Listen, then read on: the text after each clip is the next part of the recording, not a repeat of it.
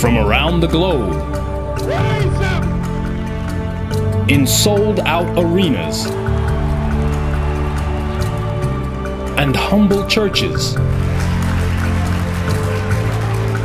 from out on the streets to your screen. And now, the time and what must be done.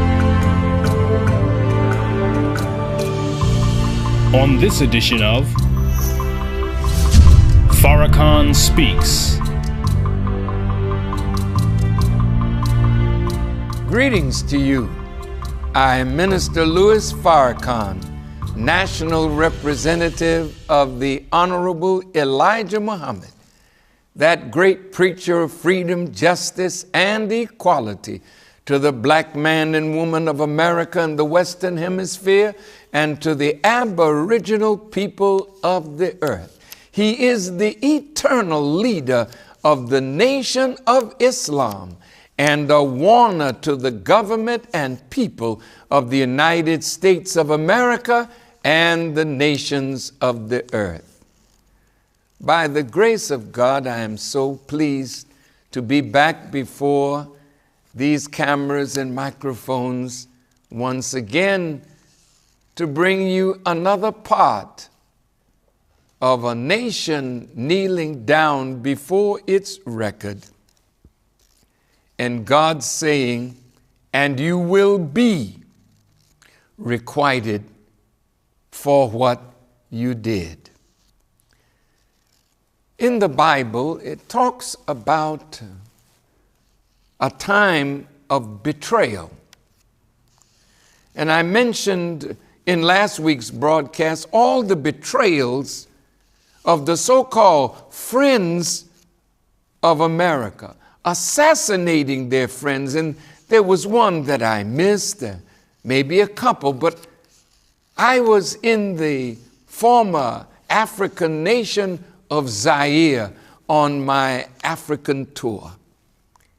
And the president of Zaire, Mr. Joseph Mobutu, came to the airport to meet our delegation, and our chartered jet was late, but he waited a long time. And when we finally arrived, they whisked us away to his palatial retreat. And there he had a great evening for us, and then he took me away in a private room. And he said to me in a very sad tone, he said, "Brother Farrakhan, I did everything for America, and they won't even talk to me. They kicked me to the curb." What could I say to my poor, deceived brother? And what can I say to you, my beloved brothers and sisters who are being enlisted now in colleges, in black colleges, to be a part of the CIA, to be a part of the FBI? These wicked elements that have done so much harm to the rise of black people and others in America. Have not you betrayed those who became your snitches, became your informers? Why, America, would you contract the mafia, known gangsters, to kill President Castro? What was the quid pro quo? What did you give the mafia in exchange for the mafia's willingness to assassinate a head of government for you? And you don't want me to invite to a table of unity gang members in Chicago? You lied and said Farrakhan wants them to be used to protect whatever we purchase. That is false. We are very well able to do that ourselves. No, they are our family. And we wanted to invite them to the table to give them a role to play in the rise of our people. Well, Salvatore Giancana, the chieftain of Cosa Nostra, the mafia, and the successor to Al Capone, well, he met with some of his colleagues at the Fontainebleau Hotel in Miami Beach. Giancana suggested that rather than try to shoot or blow up Mr. Castro, some type of potent pill that could be placed in Castro's food or drink would be much more effective. He said a corrupt Cuban official named Juan Orta, who was in debt to the syndicate and had access to the Cuban leader, would carry out the poisoning. The CIA subsequently obtained and supplied 6 pills of high lethal content to Orta, but after several weeks of abortive attempts, Orta demanded out of the operation.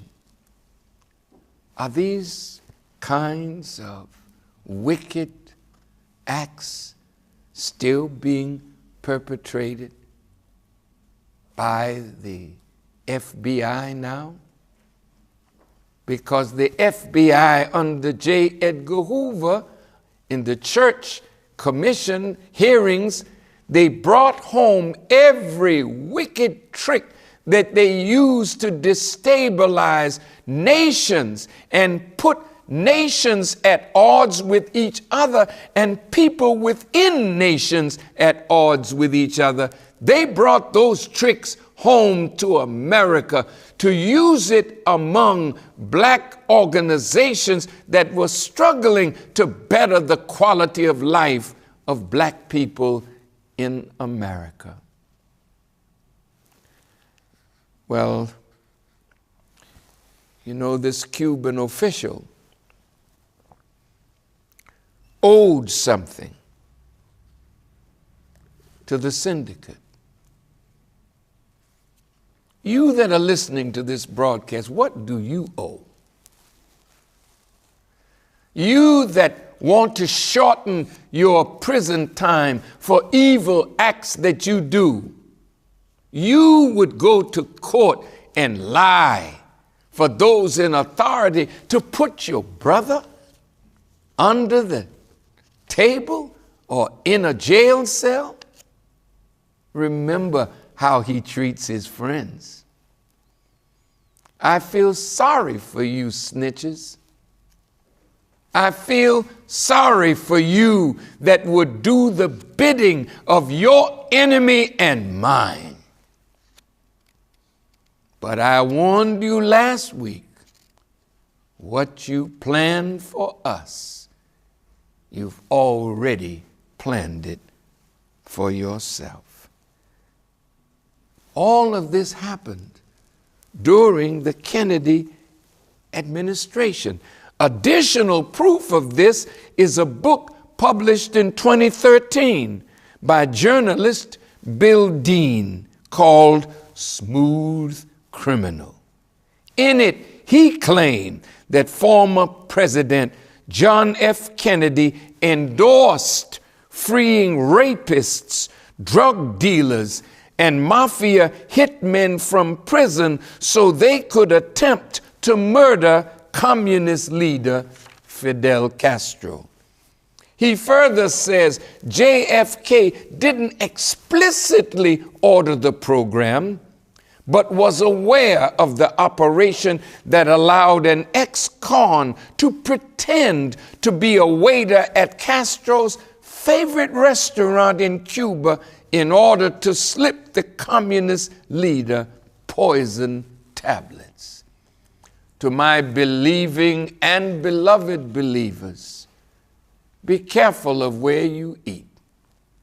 Be careful, as the Honorable Elijah Muhammad said to me. He said, brother, be careful of who feeds you, because they will poison you.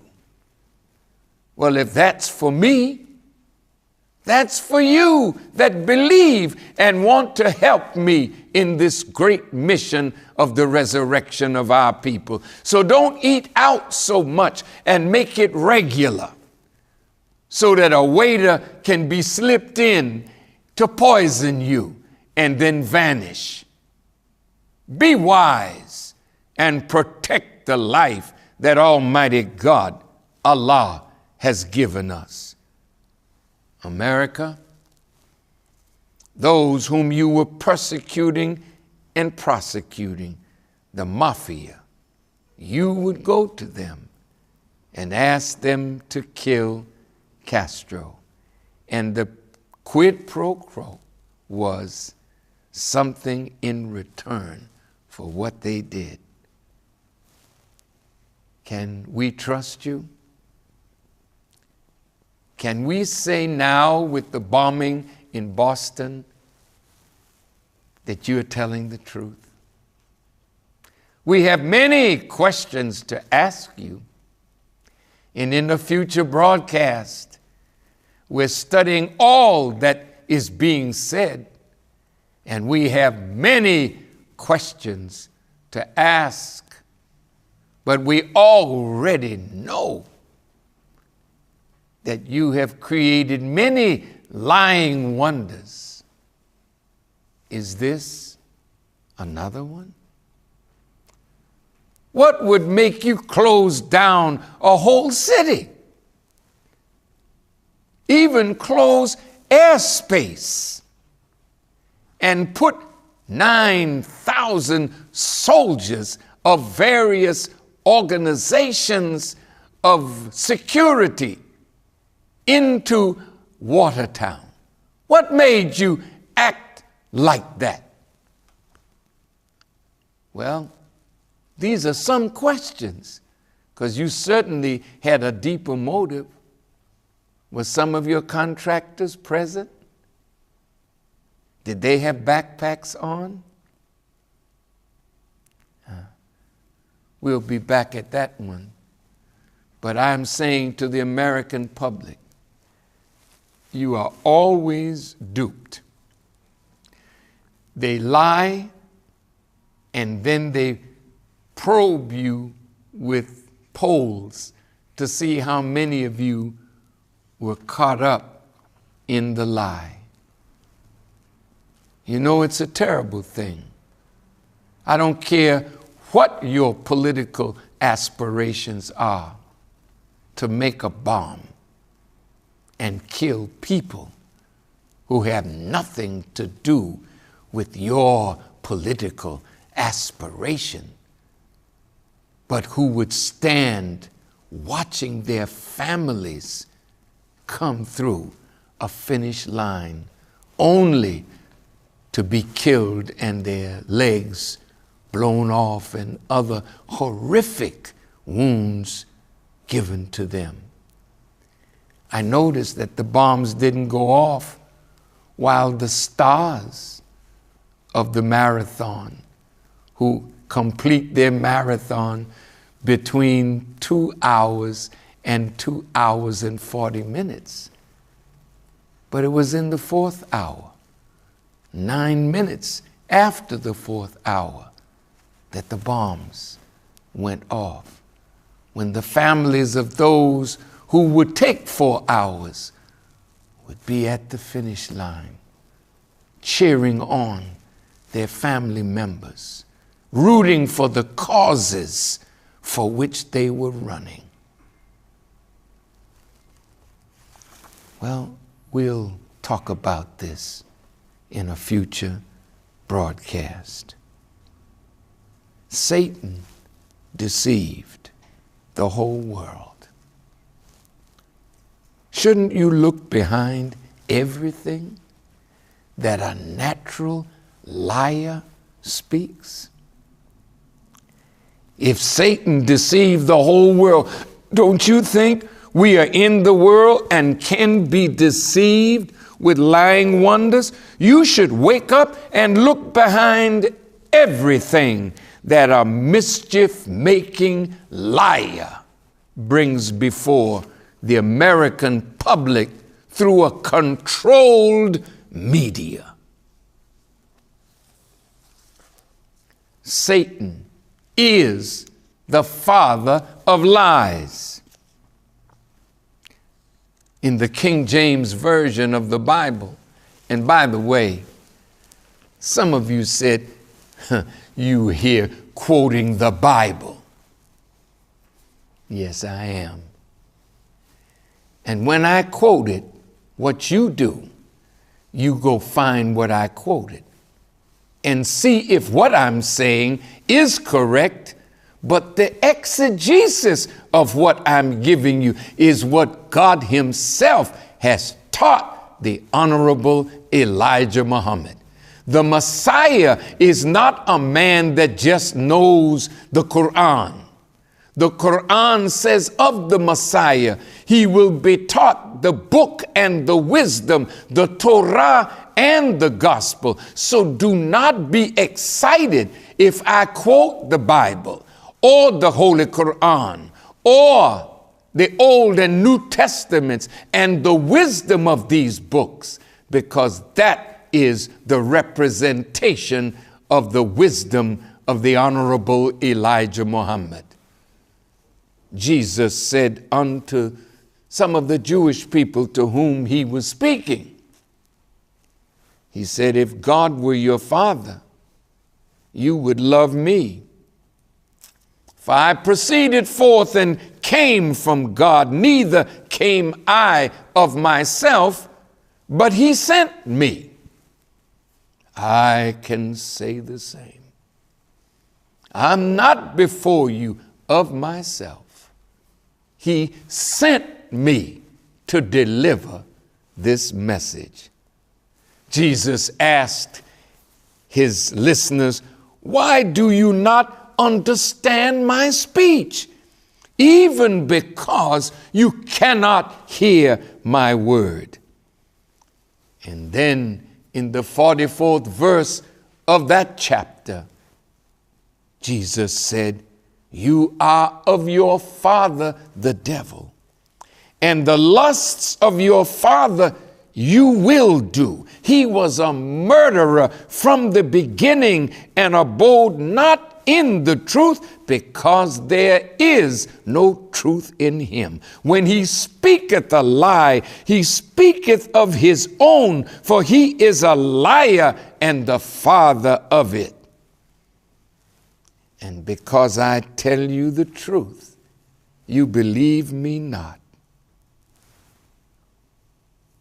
Jesus gave up on the Jews of his time. He said, my word has no place in you. I have sat down with you. I have broken bread with you.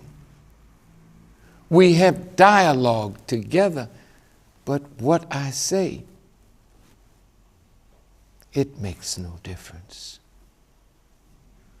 The truth that I speak to you, you call it hate.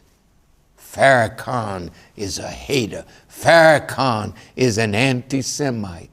Well, next week, if it is the will of Allah, my subject will be, will the real anti-Semite please stand up? And we'll see who the real anti-Semite is, because it certainly is not I. But we will put the shoe on the foot to whom it belongs, and we will pin the tail on the donkey. Look at what Jesus said about this man. He's a liar and the father of lies and a murderer from the beginning. See, when we go into how The made man was made, and what was put into his nature that made him a liar and a murderer from the beginning.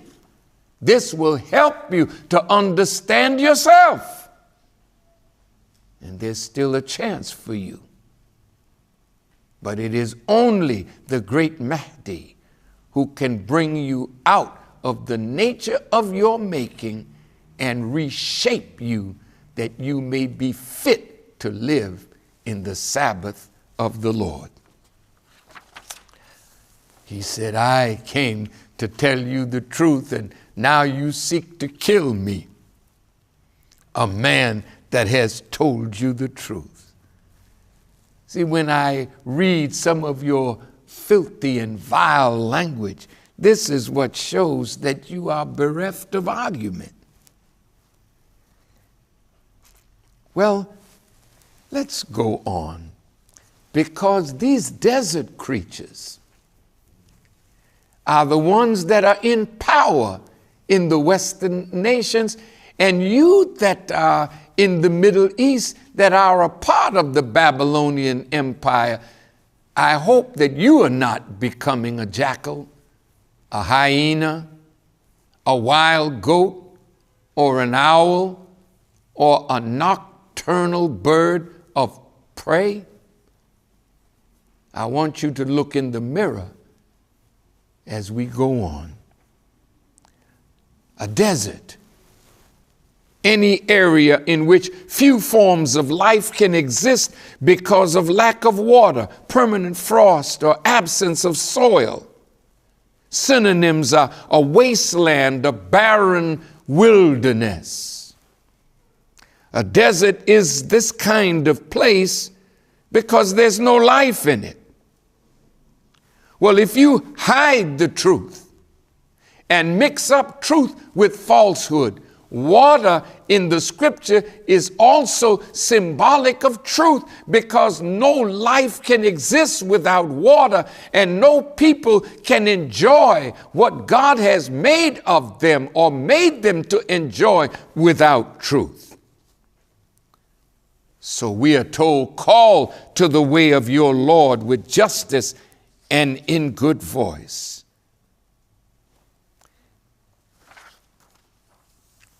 The Quran says the devil is our open enemy. This is not a hidden fella. He's all the way out in the open as an open enemy. Let's look at the Quran's teaching. O you who believe, enter into complete peace and follow not the footsteps of the devil, for surely he is your open enemy. The devil is not a spirit. The devil is a human being whose spirit and the energy of his life is giving to lying, stealing, and murder. Again, the Holy Quran says, O you who believe, follow not the footsteps of the devil. Again, footsteps. Well, you can't make a step without a foot. So this is a human being with feet that make a path, and God is telling us not to follow in the path of this mischief-making bloodshedder. For surely, the Quran says, he commands evil and indecency.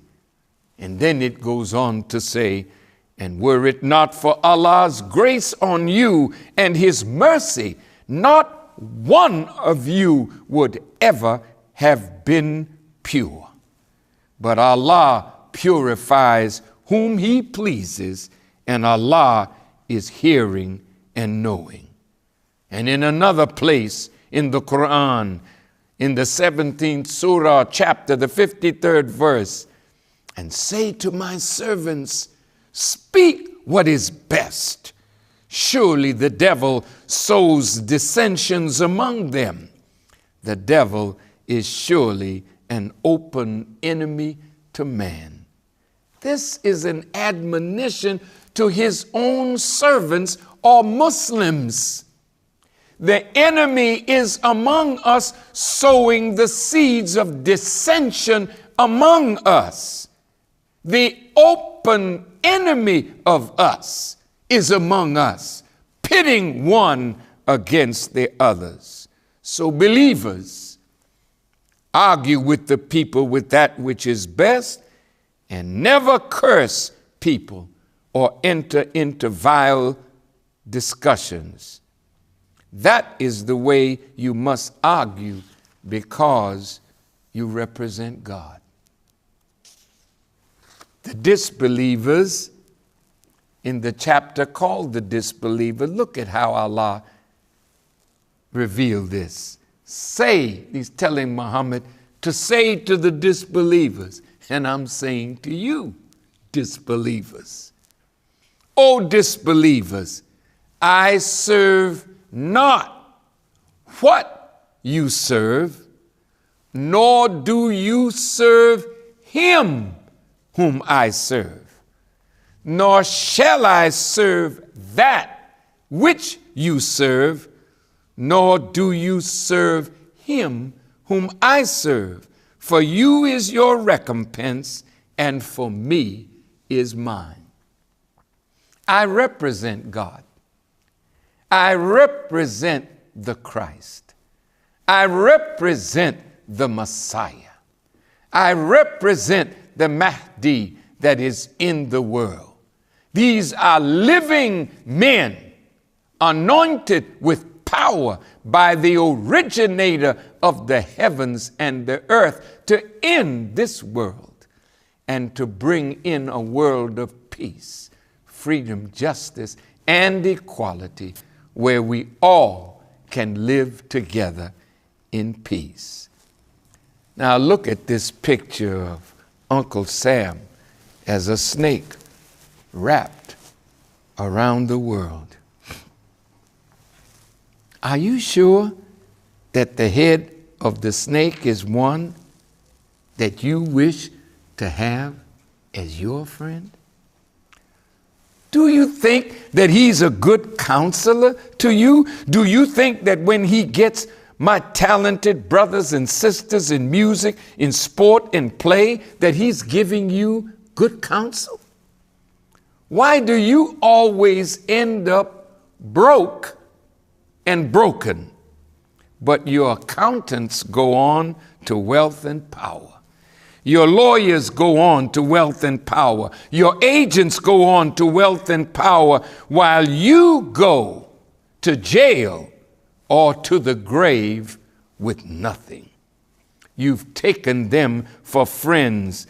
Listen to what the Holy Quran says about taking such an enemy for a friend. O you who believe, take not my enemy and your enemy for friends. Would you offer them love while they deny the truth that has come to you, driving out the messenger and yourselves, because you believe in Allah, your Lord?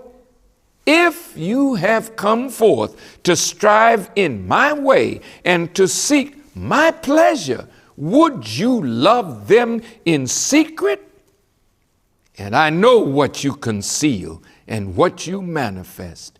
And whoever of you does this, he indeed strays from the straight path. For if they overcome you, they will be your enemies, and will stretch forth their hands and their tongues towards you with evil.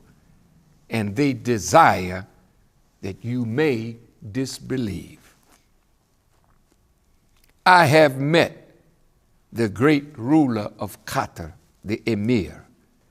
He's been a great charitable man to great causes around the world. I have met President Bashar al-Assad and his father Hafez al-Assad. These leaders that I just mentioned are in the crosshairs of both God and Satan, because Satan cannot do the evil that he wishes to do to the Islamic world without the help of those who consider themselves Muslims. I met the Prime Minister of Turkey, Recep Tayyip Erdogan. I met him when he was the mayor of Istanbul, and he hosted a dinner for me and those with me. These are not bad people, but even good people can make mistakes in choosing their friends. Look at Jesus and Peter. Was not Peter his chief disciple? But when he spoke foolishly, what did Jesus say? He didn't say, "Get thee behind me, Peter." He said, "Get thee behind me, Satan," because Satan can come out of the mouth of your mother or your father or your best friend. So today, in this time of darkness, when jackals are in high places, when hyenas are in high places, when wild goats and their kids are raising hell, when owls, this nocturnal bird of prey, is at work, be careful who you take for your friends. What does it mean that the sun, the rising sun, won't give its light? That's a tough thing. The rising sun is at the end of the darkest hour, and sometimes the clouds in the east are so thick it obscures the light of the rising sun, and the moon and the stars and their rising constellations, they will not give their light. This is telling you that darkness will spread so strong that it will obscure the light of the rising sun.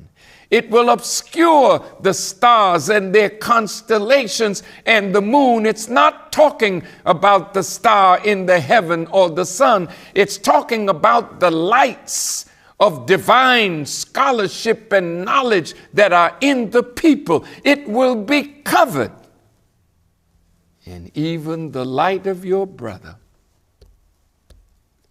It is written in the Holy Quran in the 53rd Surah called the star. By the star when it sets. And if you read the footnotes of Maulana Muhammad Ali's translation of the Quran, when the star sets the Pleiades, there will be many great calamities. And I'm here to tell you that when I stop preaching, I have given you the warning.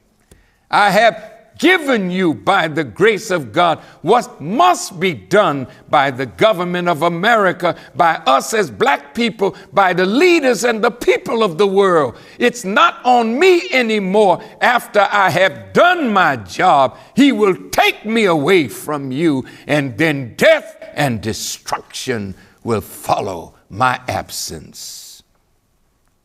This is why it is written that we should take refuge in the Lord of the dawn. Refuge is a shelter or protection from danger. Refuge is something that protects you, that gives you aid and relief or a means of escape. In the Psalms of David, he says, "The Lord is my light, and he is my salvation. Of whom then shall I be afraid?" Well, in the Quran, Allah says to the believer, "Let not the believers take the disbelievers for friends rather than believers, though they be your near of kin. And whoever does this has no connection with Allah except that you guard yourself against them, guarding carefully, and Allah cautions you against his retribution, and to Allah is the eventual coming." This verse or ayah tells us that our family members who don't believe, we have to guard ourselves because they could easily be deceived by the enemy in a time like this. When the enemy comes to your family members, the FBI visits your home, and shows a picture of someone in your family and asks, do you know this person? This is only to frighten you away from the truth that a member of your family may have accepted. This next part of our broadcast is communism is not a problem for America. America doesn't have any aversion to doing business with communist nations. She does business with China. In fact, China is one of the greatest trading partners of America. If Walmart wouldn't go to China to get products, maybe Walmart would not be the strong corporate entity that she is. So many business people from America are having their products produced in China. America, you don't have a problem with her communism that it stops you from doing business. You fought Vietnam and they prevailed. They drove you out. Now it's one nation, not North and South. But aren't you there? Don't you have those that fought in Vietnam going back to the areas where they fought now with friendship? Don't you have Vietnamese that you brought from South Vietnam and they are citizens of America? But they love their country, aren't they here? And even though Russia now has voting and the appearance of some democratic processes, it still has a strong communist political presence. So if America has no problems with friendship and doing business and trading with communist nations, but 90 miles from America is a nation called Cuba. The Spaniards, who were a part of the criminal enterprise of the transatlantic slave trade, brought many Africans to Cuba, as the Portuguese brought many Africans to South America, particularly Brazil. Why then are you so upset with Cuba that you would blockade Cuba for 54 years? She has been under the withering heat of America's blockade and hatred of Castro and his Cuba. What did Mr. Castro do that makes you hate him so? Let us see. What is it about socialism in Cuba that makes Cuba persona non grata for America for all these years? According to the demographics of the original people in Cuba, they say about 68% of the Cuban people are black and mulatto, maybe more. I have discovered in my travels throughout the world that hiding the black reality is part of the white strategy of supremacy. The original people in Egypt, Syria, Cuba, Saudi Arabia, Argentina were all people of color. But when they send their representatives of the ruling party to America as ambassadors, they send white representatives of their people. They do this so that it hides the reality of the indigenous people of their land. I did not know that there were many black Syrians until I went to Syria. I did not know that there were so many black Palestinians until I went to Palestine, now called Israel, and my Hebrew Israelite brothers walked with me and we talked to Palestinians, and I asked them, how long have you and your people been here? He can't even tell you how long it's been that long. Well, the point is, our people are there in Cuba. They live there. So under America's blockade and sanction, my brothers and sisters, as well as other human beings, are suffering. Sanctions does that. And why do you do it, America? You do it to force the people to do something that pleases you, and that is to overthrow the government that you are sanctioning, so you make the people suffer. This is what you're doing to Iran. This is what you're doing to North Korea. This is what you do to any nation that does not bow to your will. When God chose Moses, that didn't end the suffering of the children of Israel, because when he delivered the message to Pharaoh, Pharaoh and his people increased the evil against the children of Israel. So don't think because truth has come that falsehood would just disappear immediately. A fight ensues between the lovers of darkness and the lovers of God's light. What did Castro do? A brief look at Cuba before Castro. It was a playground for the wealthy of America. It was a gangland paradise, as you saw in The Godfather. It was a paradise for American companies and those who were the big businessmen and women. But the black man in Cuba was considered nothing, as he is in every society dominated by so-called well-meaning white people. So the church might be well-meaning in Latin America, but it never changes the condition of the peasants. And that's why a liberation theology came out of that area, because the people are enslaved by religion and the false teaching in religion. What did Castro do? The Babylonian Talmud instructs Jewish people that 3 things they have to have in order to be a man. You must have land or real estate, you must have cash, and you must have those who will work your land.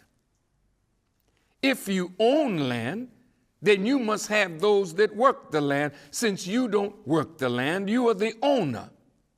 So the Talmud makes the Jews to have a covenant relationship with the land, mainly the land called Israel or Palestine, which maybe we'll touch in next week's broadcast. So when Fidel Castro rose to power, not as a white man, but as a mestizo, a white-looking man, but of color, who felt the pain of the common man in Cuba. When he overthrew Batista, he instituted agrarian land reform and nationalized land and business. 90% of the Jewish people that were on the island of Cuba left Cuba and came to Florida and other parts of America, but mainly Florida. And there, the hatred of Castro took palpable form. Not only did these Jewish Cubans regain wealth and power, they became so powerful that politicians now, needing the votes of Florida in the Electoral College, none of these politicians want to do that which would anger those in Florida, nor do they wish to help establish a better relationship with Cuba.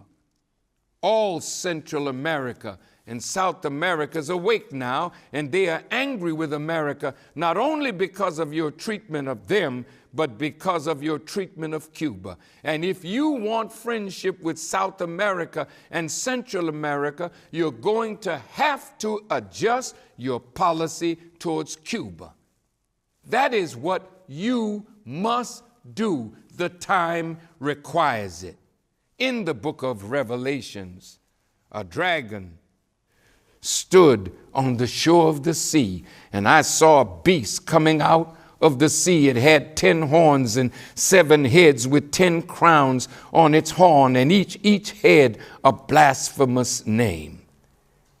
And in Revelation 17, there came one of the 7 angels which had the 7 vials, and talked with me, saying unto me, Come hither, and I will show unto you the judgment of the great whore that sitteth upon many waters, with whom the kings of the earth have committed fornication, and the inhabitants of the earth have been made drunk with the wine of her fornication. And the 10 horns which thou sawest are 10 kings, which have received no kingdom as yet, but receive power as kings 1 hour with the beast.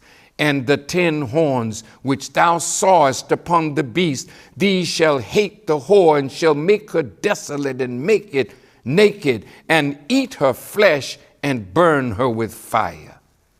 Oh, my beloved brothers and sisters, the scholars universally agree that the 7 heads represent the 7 hills upon which Rome sits, and the 10 horns represent 10 independent governments, and a beast rising up out of the sea means a great power rising up out of the navy. The prophets didn't even give this world the respect of calling them human beings.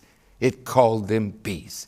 Many of you scholars have said that the 10 horns represent the 10 countries of the common market. But the Honorable Elijah Muhammad said, no, sir. He said those 10 horns represent 10 governments in Central and South America, which would give their power to the beast for a season. Then they will hate the whore and make her desolate. So now you see in Central and South America a growing movement toward socialism. Let me point out something to you that we mentioned to President Clinton.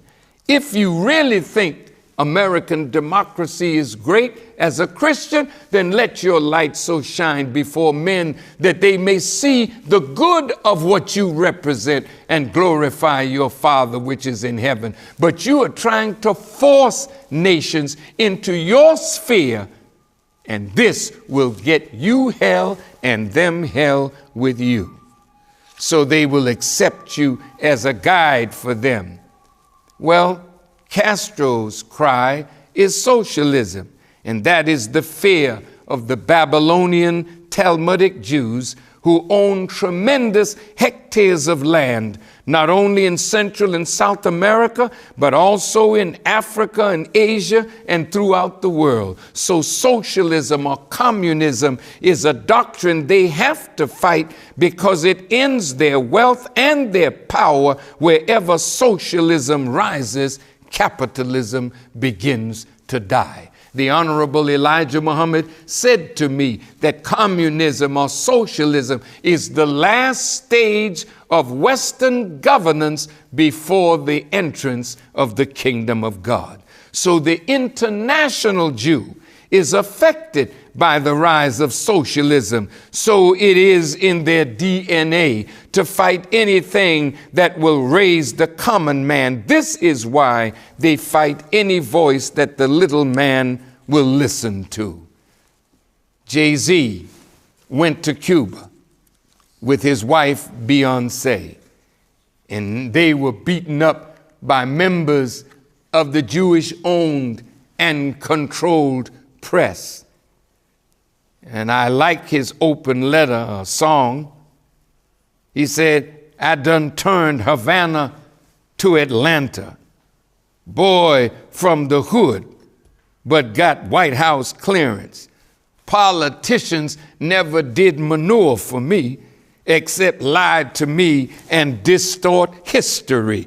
Want to give me jail time and a fine. Well, fine, let me commit a real crime. Let me say, Brother Jay-Z, beloved, you already committed a great crime when you went there, when you met with your people, when you spoke the strong words that you have just spoken. Well, you did. You don't need to do any real crime, because your standing up like a man for a principle is crime enough. What did you say? Y'all almost want to start a revolution. I'm in Cuba. I love Cubans. This communist talk is so confusing when it's from China, the very mic that I'm using. The world's under new management. Hey, so true. Well, there's a picture that will come up on the screen. It's de Gaulle talking. And look at what he's saying. And you'll see the picture of Elijah Muhammad there. He says, my countrymen and fellow crooks, this fellow, he's giving us the bad name, the devil.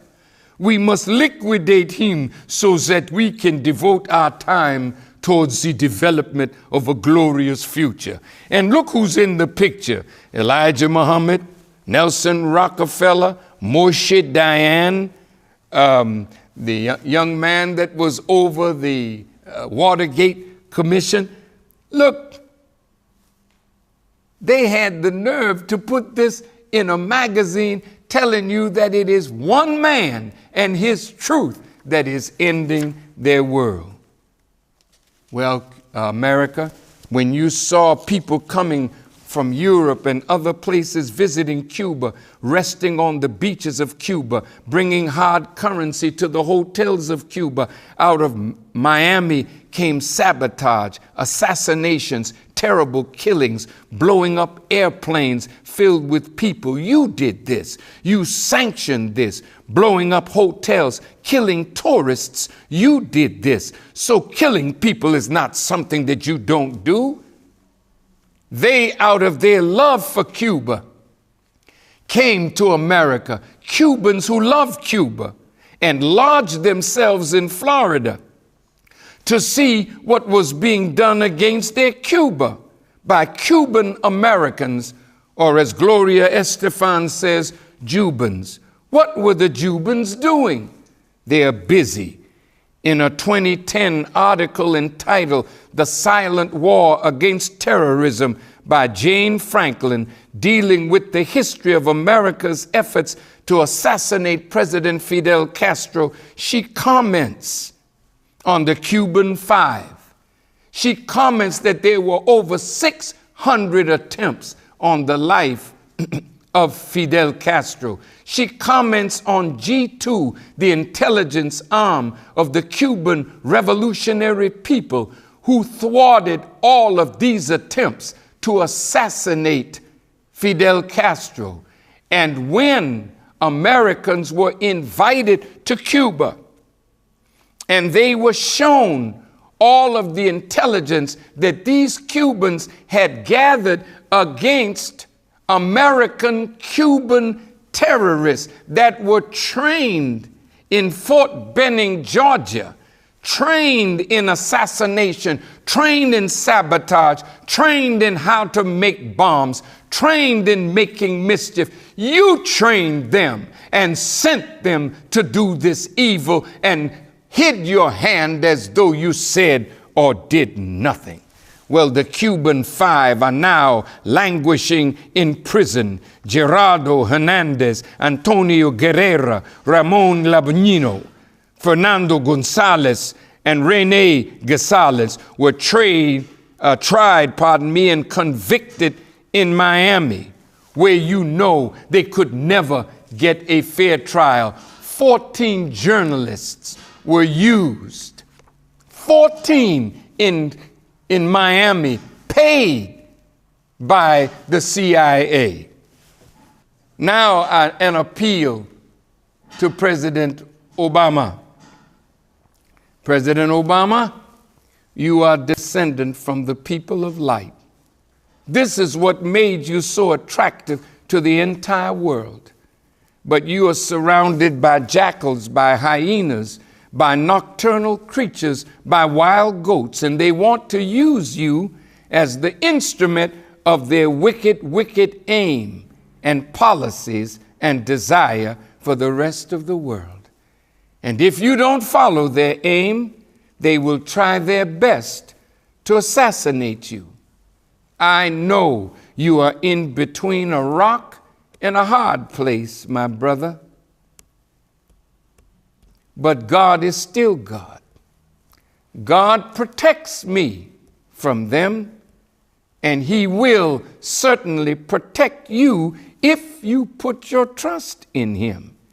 You, my brother president, have to come back to God, not using His name as a shield, but come back to the God that is the best part of your nature and be yourself. And then stand up against those who would have you attack those who have done you no harm, and you know it. You are from the God of righteousness, and that beauty in your soul is what has made the world come to your door. You are potentially a very beautiful man, but you are surrounded by these nocturnal creatures.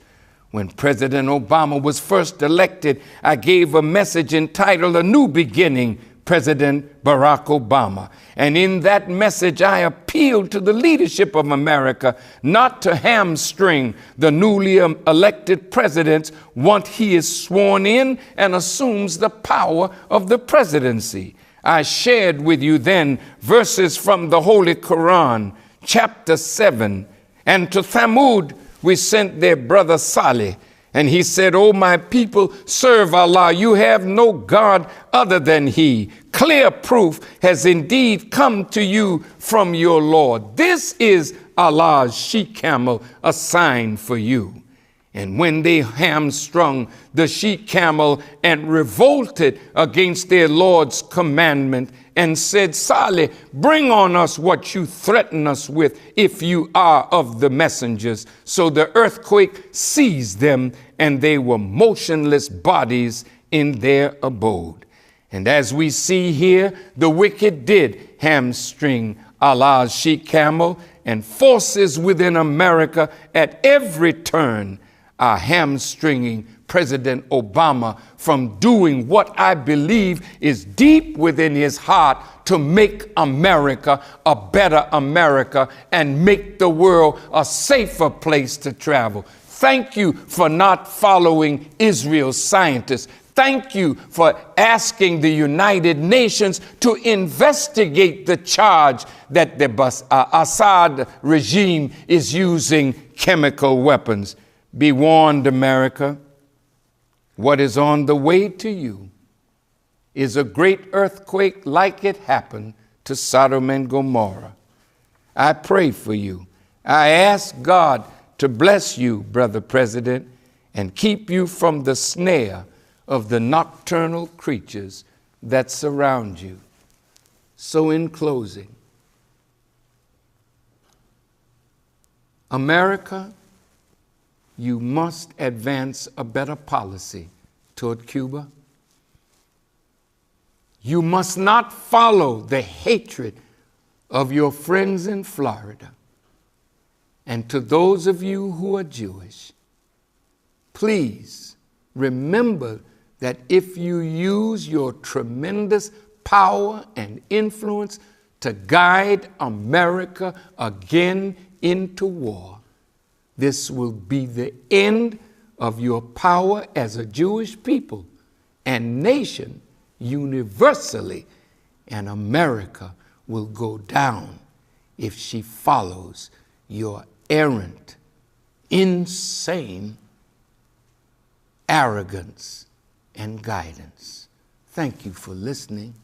Tune in next week, same time, same station, and tell your friends to do the same.